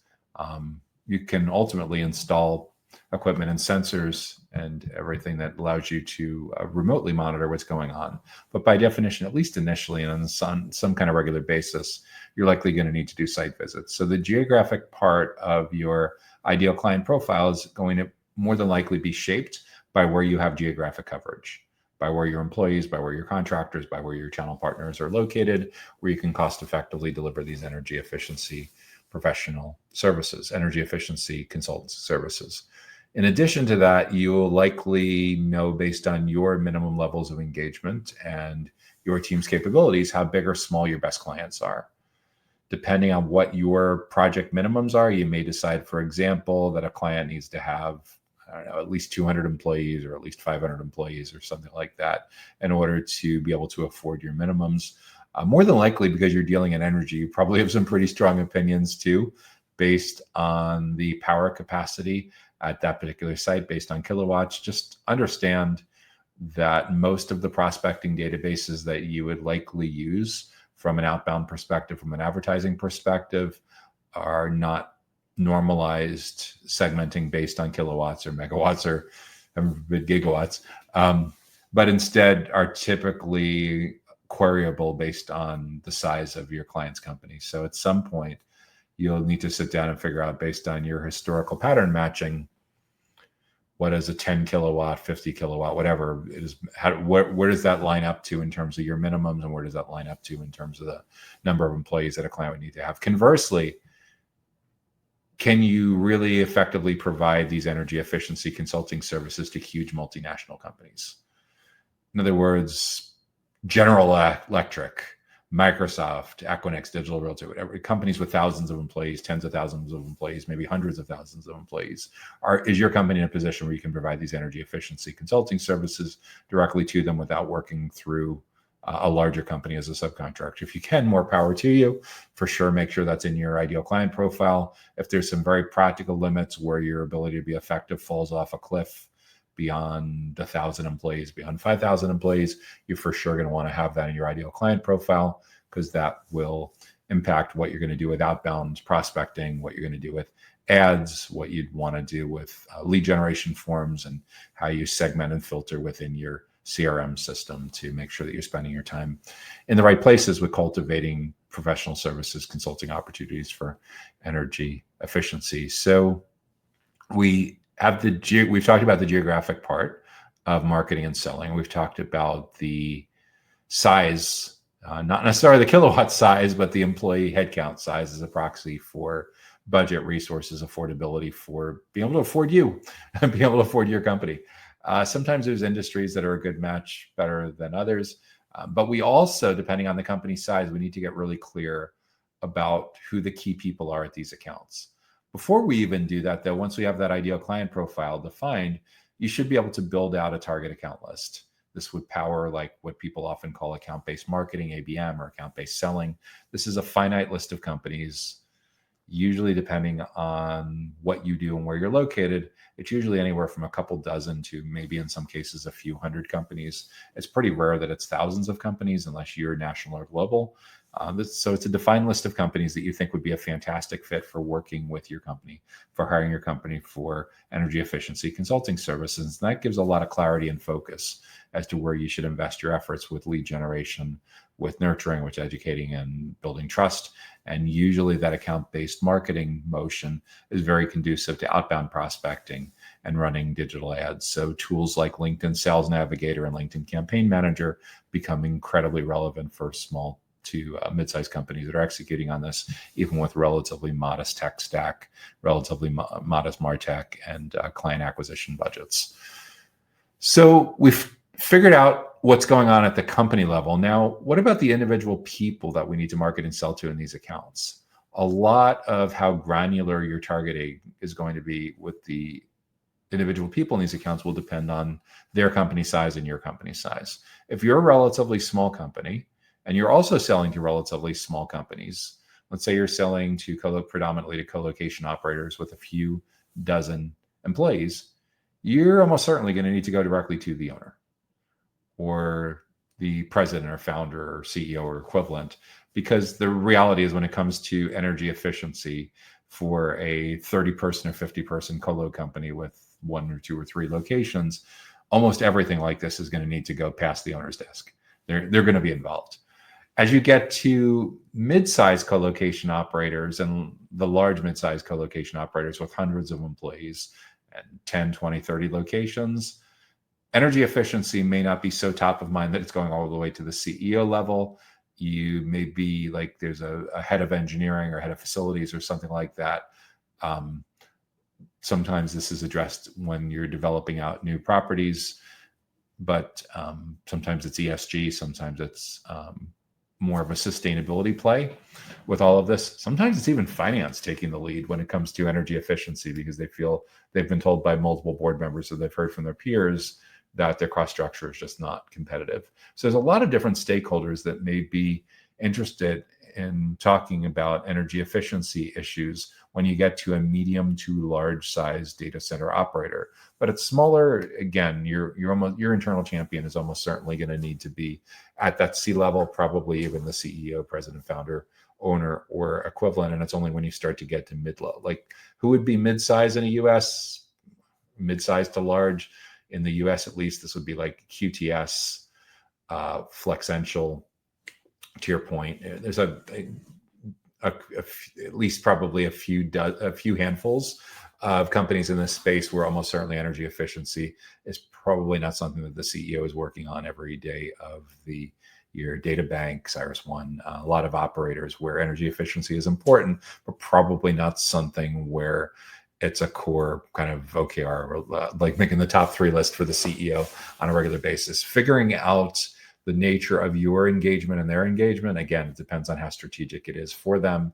It depends on how big the engagement is. It depends on how big or small the company, how granular these titles are going to be, and how you segment out your buyer personas. But that you're almost as a rear view mirror kind of exercise. What do I mean by rear view mirror? Well, the accounts will almost always be super obvious, like your top 10 or 20 accounts that you've sold these energy efficiency consulting services to on a regular basis. Then within those accounts, the rear view mirror is going through your CRM and talking to your account managers and your account executives and figuring out on your biggest accounts who typically is the lead person, who's typically the second most important person, both pre and post. Those are the people that you want to be largely marketing and selling to and getting in as early as possible and as often as possible to occupy significant surface area, significant real estate throughout their full journey when it comes to anything and everything having to do with energy efficiency. So it could be an ESG person, and it could be a facilities person, it could be a finance person, it could be all 3 of those. And what's super important is that we get as client-centric as possible to understand the exact words that they use to articulate how they're going to address this kind of problem. The better job you can do of understanding their exact words, the easier it is to come up with a go-to-market strategy, a lead gen strategy, a marketing and sales strategy that really resonates. This should permeate your website copywriting, your sales enablement, your email marketing, your product marketing, certainly your digital ad strategy, for sure your events marketing strategy, both for in-person events and digital events. And largely, if ultimately you want to get to the point where most people are choosing you because of deep expertise around getting more of their kilowatts back presumably through identifying highly inefficient processes going on in their facilities and easier operations, again, maybe your data center operations, your data center ops person is a key part of all of this. But at the end of the day, once you know who the 2 or 3 people are, though each of those basically gets their own webpage, each gets their own lead generation offer. And I would argue that at least the primary and secondary get their own events series. And in your events series, essentially what you're looking to do is educate and build trust about all of the issues that are a leading indicator that are adjacent to them coming to the conclusion at some point in the coming weeks and coming months that they want to get more of their kilowatts back, that they're operating ridiculously inefficiency, they're being environmentally reprehensibly irresponsible with sustainability, they're wasting tons of money and resources. And at the end of the day, you're trying to stack the decks in your favor of shaping the criteria that they use to evaluate all of the different consulting options that could presumably be in front of them when it comes to energy efficiency consultants. I'm heavily favor of using an educational event strategy for doing this, in-person events or digital events. You could call it Energy Efficiency University, Energy Efficiency Academy, some more creative name than that. I hope that as hundreds of people watch this recording that you don't choose the exact same name. You need something to differentiate your company. But the basic idea is to turn the corner from being seen as a vendor of energy efficiency consultants to instead be seen as the be-all end-all experts when it comes to anything and everything having to do with energy efficiency and restoring kilowatts, bringing the kilowatts back under control. So there's all of a sudden more capacity to bring more servers, more clients into the space and making for much easier operations. So it pays itself back. And again, it's up to you to decide how you're going to articulate this depending on the nature of what's coming up in their goals and challenges. But the better job you can do with being seen more as a teacher and a consultant and a subject matter expert and trusted advisor, the better you're going to do with improving your positioning. With larger companies, this can be a somewhat crowded segment with a lot of competition. I think with smaller companies, the challenge is, can you cost effectively work with companies that are relatively small, that are just barely able to afford your engagement? And again, these are business model and targeting decisions and roadmap decisions. But at the end of the day, for marketing and selling, how your company's capabilities to restore kilowatts, dozens of kilowatts, potentially hundreds or thousands of kilowatts of capacity to facilities that are using these inefficiently to make them available for the sales team to go back in and use the space more efficiently. On a global level, there's so many great companies and individuals that are tackling like decarbonization, like what comes after PUE, how do we better measure that? I've had a lot of these folks on the Data Center Go-to-Market podcast in recent months. Definitely go check out some of the great interviews that are in there around sustainability. But at the end of the day, for your particular firm that wants to be top of mind with a very specific segment of the marketplace for energy efficiency and getting these kilowatts back and smoother operations, be very, very specific about who they are, what they care about, and how you can potentially help them. But just recognize that we need to, by definition, intercept them anywhere from a couple of weeks to a couple of months. So we need to understand that full journey. What's the leading indicator to where there's going to be a very natural conclusion when they get to like the mid part of the journey, when they get to like step 5, 6, or 10 or something like that, out of step 28, where they'll be like, oh, yeah, we're wasting a ton of kilowatts. And when they do that, you want them to be hanging around with you early and often, getting to really, really fall in love with the value prop and the expertise and the know, like, and trust with your company's internal subject matter experts. And it's a balancing act. You can't give away the whole punchline of what your consulting methodology is, but you do need to sample from it, because in most cases, it's super, super important that you're reaching the right people at the right time, in the right places, and most of all for the right reasons, so they see you as the be-all end-all experts when it comes to anything and everything having to do with data center energy efficiency. So that's at a high level the core playbook that I'd lean on for an energy efficiency consultancy that wants to better market and better sell, specifically around the value proposition of helping their clients get their kilowatts back so they can do other things with those kilowatts, bring more clients or use the capacity, and have much easier operations. And that brings us to our final question in this week's Data Center Go-to-Market Sales and Marketing Q&A show. If you've been enjoying this week's show, be sure to hit the like button. And if you have an idea for a topic, a question, or a challenge that you think we should address in an upcoming episode, be sure to leave that in the comments wherever you like to watch. Oh, also, if you want to make sure you get notified about upcoming shows like this, make sure to subscribe to the Data Center Sales and Marketing newsletter directly on our website, so you can get notified about events like this directly to your email inbox on Sundays. You can sign up for free directly on our site at www.dcsmi.com. So what is our final question for this week? So now we're back in data center operators and technology services. And what we tend to find over time is a lot of the questions that come up in this show are straddling more than one part of the data center ecosystem, because there's some really natural kinds of business models that straddle more than one part of the ecosystem. There's a lot of client needs about that. The smaller the company is, the more incredibly important it is for them to have a single point of accountability. That's a lot of the reason why companies look to outsourced managed services kinds of companies for these in the first place. So this particular question is from a colocation and data center services company that wants to know how to close sales faster. So how does a data center services and colocation company close sales faster? How to close colocation and data center services sales faster? That is a fantastic question. And where I see companies struggling with most is getting really tight on who their ideal clients are with this. Colocation is becoming really crowded. It's now a very mature industry. It's facing a lot of the commoditization pressures that I saw happening with web hosting companies about 10 years ago. So just the idea that you recognize that your company is simultaneously involved in both colocation and data center services is actually a pretty good thing. I worry about the colocation operators that are still so real estate focused that they're primarily just like selling the space and power and connectivity. It's almost like they feel that they're running a co-working facility for servers. It's like, they took someone that was selling co-working memberships, like WeWork kind of memberships, a couple of weeks ago, and they bring them into their co-location facility. And they're like, yeah, go rent spaces on the rack or in the cabinets for companies that need to place their servers here. That's one extreme. Most of the companies that are thriving and surviving in this highly commoditized space, especially if they're selling to SMBs, small, medium-sized businesses, where local community involvement is super important, are getting heavily involved in providing IT services, data center services to their core clients. So in addition to selling the space and the power and the hook up to the connectivity to get them to the meet me room, they're also selling all kinds of services that go along with it. And some of the managed services may be bundled into the monthly membership. In some cases, they're add-ons. In some cases, the companies don't provide them at all themselves, but have relationships with managed service providers that are essentially channel partners.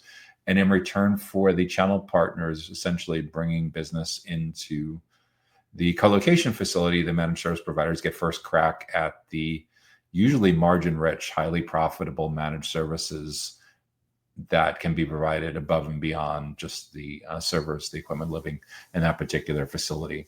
In some cases, you call it like remote hands. There's a lot of different business models that center around this. There's a lot of different ways to decide how deep or how superficially you get involved in providing these kinds of IT services to your clients, which is recognized from my standpoint.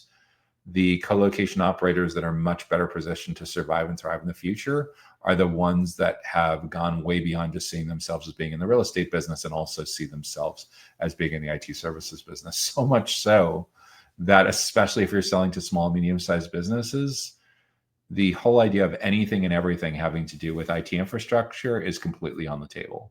What do I mean by that? Well, going back decades, and back when I was providing like fractional CTO services to small, medium-sized businesses, a lot of the value proposition of why a small company, even in some cases a mid-sized company, decides to outsource to a fractional CTO, a fractional CIO, a managed service provider, is they're promising that single point of contact. They don't want 8 different vendors blaming each other for why something doesn't work. That's why you've seen over time that one of the other really popular kinds of channel partners besides IT consultancies and managed service providers is the idea of an integrator who is responsible for integrating lots of different products and services from lots of different companies. And there's a huge role for that in the context of colocation data centers. So anything and everything. And usually the only point of demarcation that I've seen over time is that the IT staff that works in the colocation facilities won't go out in the field to visit clients' offices and home offices and other field locations because the owners typically don't want their system engineers going out in the field to do work. They'll instead lean on their managed service provider partners to fill that gap. So there's still a single point of accountability. It's just a matter of like your full-time payroll equivalents that are in your data center facility. They're working on projects that can be done in the facility or done remotely without having to physically drive somewhere. It's utilization rate, business model, unit economics kinds of things. So for this kind of business that wants to be able to close sales faster, getting really dialed into who the ideal clients are is incredibly important. And if you are in a major metropolitan area with high levels of population density, I would encourage you to think about the vertical markets, the industries where you've been most successful in, and double and triple down on those.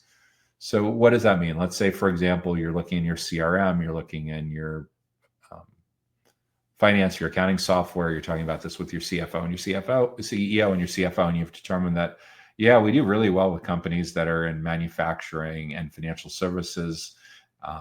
We have a really hard time profitably servicing government clients and education clients. So manufacturing, financial services, what can we do to build a deep business around that? Well, it's basically a go-to-market playbook for each of those. And for a colocation operator that has the resources, what I would encourage you to do is actually have a separate sales team or at least a separate account executive for each of those 2 segments.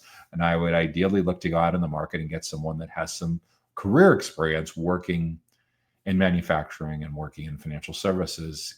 If not through, it's not even that critical that they work for a data center operator in the past. You and probably 3 to 6 months can get them up to speed on most of what they need to know to do that effectively. But having that very deep connection to that particular industry because maybe they worked in SaaS or they worked in telecommunications, or maybe they worked for a managed service provider who actually is a partner of your company in the past. There's a lot of adjacencies here, but there's a lot to be said for a colocation data center services company avoiding commoditization by specializing in 2, 3, 4 different industries, vertical markets, and by specializing at the absolute minimum, having a pre-sales and a post-sales person with deep expertise in that particular segment. Then the goal for a lot of closing sales faster and lead generation is to think about, okay, in manufacturing and in financial services, when we define that as a big part of your ideal client profile and we build the target account list and we go and look at who the core buyer personas are, who the first and second most important buyer personas are in a manufacturing company, and the first and second most important buyer personas in a financial services company that aligns perfectly with your ideal client. For a co-location data center, it's usually a client that's within a 30 or 60-minute drive. It's usually big enough to afford your minimums, but not so large that they want one of the big guys. I don't know, maybe you have been successful selling to Fortune 500 companies or Fortune 1000 companies, but usually most smaller co-location operators that are thinking about how to be in both of these lines of business, they usually tend to focus more on the small to mid-size. I would tell you to, as you're hiring over time, I would try to make sure that you're focusing primarily on larger small businesses and more of the mid-market, bigger budgets, more stability, not quite as nearly as much competition as the upper end of mid-market and going into the enterprises. But a lot of competing and winning there is specializing by vertical. It's a can't miss theme that we're seeing throughout the data center ecosystem is we're seeing sales leaders that are deciding that, gee, if we get someone who has a similar background to the prospects and clients that they're working with, they'll have a lot more street cred. They understand the language, they understand the issues, they have a built-in network of contacts. They will ramp so much faster than someone that's completely cold to that particular industry or trying to sell simultaneously to a handful of different industries and not getting deeply specialized enough. So in terms of closing sales faster, I think that industry specialization really dialing in that part of the ICP is really important. That certainly factors into the hiring plans, like I was just alluding to a moment ago. And then the second part of that is especially for a locally focused colo operator that's also in data center services that has 1 or 2 or 3 facilities. I would focus on getting as many people from those target accounts to visit your facility on a regular basis as often as you possibly can. That adds value. So here's how I would approach this. Let's say, for example, you have a account executive who's dedicated to your primary and secondary buyer personas at manufacturers, and you have another account executive or an account team that's dedicated to your primary and secondary buyer persona in financial services companies. So you build your target account list, you do your buyer persona research, and you figure out the 5 or 10 biggest goals and challenges that each of those buyer personas are dealing with. So you end up with 10 or 20 topics that are really hot, that are really top of mind among manufacturing companies in the area, among financial services companies in the area, specifically with these job roles. And you take those 10 or 20 topics and once a month over the next 12, 18, 24 months, host an educational event in your facility that teaches that persona how they can do their job better based on goals that they've articulated that likely show up very high in job descriptions and show up in objectives and key results of things that they need to figure out to meet their performance reviews, to potentially get promoted, to potentially get a bonus, whatever it is, to exceed their company's growth goals on an individual basis, on a team basis, on a company basis, and what they're struggling with most. And when you take that client-centric approach and you segment out this event schedule, so let's say the first Wednesday of the month, you host a breakfast event from 8:30 to 10 o'clock in the morning. And the third Wednesday of the month, your financial services person, your financial services team does the exact same thing to the IT executives or whoever, the channel partners, whoever it is that's actively involved in the financial services side of having infrastructure issues that are a leading indicator of needing co-location and outsourced data center services. So every single month you're hosting this event in your classroom, in your conference room. Maybe you only can seat 15, 20 people. The great part, though, is those 15 or 20 people that you're inviting are coming from your target accounts. It's the exact people that you want to be building up know, like, and trust with on an ongoing basis. And when this works well, you start to see multiple people attending from the same company. So you're proactively driving alignment when you're in a position to be able to really make a dent in indoctrinating those folks about your best practices of how someone just like that in that particular job function and that particular kind of company can really move the needle with goal attainment. And conversely, how they can address some of the biggest things that are driving them nuts, that are stressing them out, that are messing with their work-life balance, interrupting vacations, a whole host of things that you potentially have discovered when you've done that customer insight research, and that your internal or external subject matter experts can help provide some solutions to and some insight and some context about in these educational events. Again, not ridiculously complicated. Simple format could be we talked about 8:30 to 10 o'clock breakfast seminars.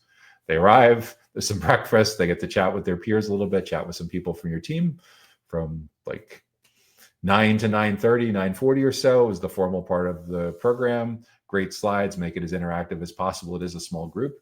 Be so confident that the slides and the content are so incredibly valuable that if they flew to the other side of the country to attend, that you'd be highly confident that if you were one of the 10 or 20 breakout sessions that they went to at the conference, that you're going to get a perfect score on the report card, on the evaluation of they absolutely love this session, and you just provided outrageously high levels of value. And then following that, of course, give them a chance to get some questions answered from your subject matter experts. And for anyone that's interested, take them on a tour around your facility. Repeat that month after month consistently. You start to see people from similar companies. Month one, there may have been 3 people from one of the companies. Month 2, you're like, wow, there's 5 or 6 people out of 20 people in the room from the same company. They're really into us. That's awesome. And then one of them comes over and says, yeah, this is great. It's great that we have so many people here. You should come in next Friday. We have an all hands. We're going to be talking about our IT roadmap for the next year. You're like, oh my gosh, that would be amazing. Can I bring pizza? So yeah, this is exactly what you're trying to do to generate leads and nurture. And when you repeat this on an ongoing basis, you're not only on the short list, you stay on the short list, and you're providing so much professional development, learning and development value, getting out of that vendor box, that you start to gradually knock competitive options out of the consideration set. So when they're finally ready for a decision-related conversation, for a decision stage conversation, for a sales-related conversation about data center services and co-location, you may sometimes find that there is no short list anymore. Your company is the short list. It's a short list of one. You have made the cut because they they've gotten so much confidence as they've gotten to learn more about your facility, your unique approaches, the people that are on your team. They're blown away, and they see you as the perfect fit for anything and everything that they need with their co-location and data center services. So that's how I would approach how to close co-location and data center sales faster, early and often. Get in as early as possible, get in as often as possible, and meet as many of the key people on that decision committee as possible by having amazingly relevant, amazingly helpful educational content. So you play a major, major role in that team's learning and development and professional development going forward. So that's how to close co-location and data center services sales faster. And that was our final question for this week's Data Center Go-to-Market Sales and Marketing Q&A show. If you've enjoyed this week's show, make sure that you hit the like button. If you have an idea for a topic or a question or a challenge that you would like to see us address in an upcoming show, be sure to leave that in the comments wherever you're watching.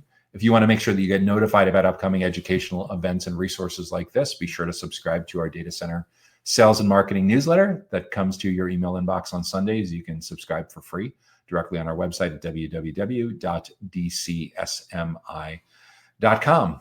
I'm Joshua Feinberg, founder of the Data Center Sales and Marketing Institute and host of the Data Center Go-to-Market podcast. If you and I are not currently connected on LinkedIn and you'd like to be sure to mention in the invitation note that you'd like to watch the Data Center Go-to-Market Sales and Marketing Q&A show, and I'd be happy to be connected with you on LinkedIn. Really important to put that in the note. Just like you, I get dozens of requests every day.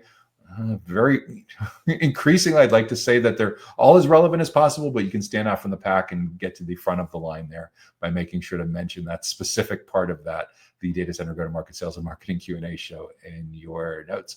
So glad that you're able to join us for this week's Data Center Go-to-Market Sales and Marketing Q&A show. We wish you great success in growing your impact, your team's impact, and your company's impact in and around data centers, digital infrastructure, and critical facilities. And we'll look forward to seeing you back again next week. Take care now. The Data Center Go-to-Market podcast is sponsored by DCSMI, elevating the role of sales, marketing, and go-to-market GTM professionals in the growth of the data center industry. To stay informed about upcoming episodes, make sure that you subscribe to the Data Center Sales and Marketing newsletter on the DCSMI website that can be found at www.dcsmi.com. Again, that URL is www.dcsmi.com.